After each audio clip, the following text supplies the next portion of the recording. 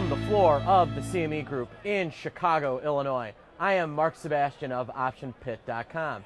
This is your Mr. Top Step update.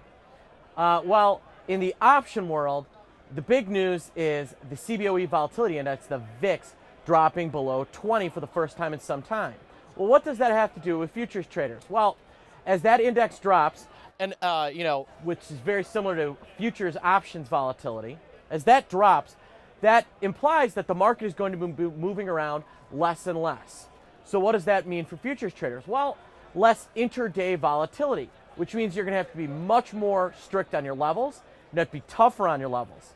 All right?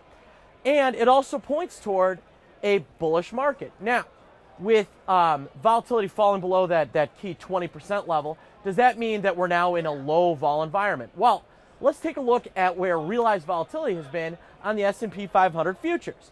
It's been on a 10-day running historical vol, less than 7.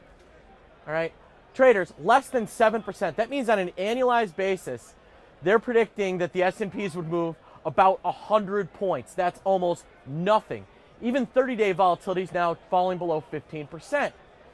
So that's a really key thing to understand, that even though those option prices may seem cheap, they're not when the market isn't moving around. All right, and I expect the option prices to continue to fall until that market starts really kind of whipping. So how do you play it? Well, here's a neat little thing called a combo trade.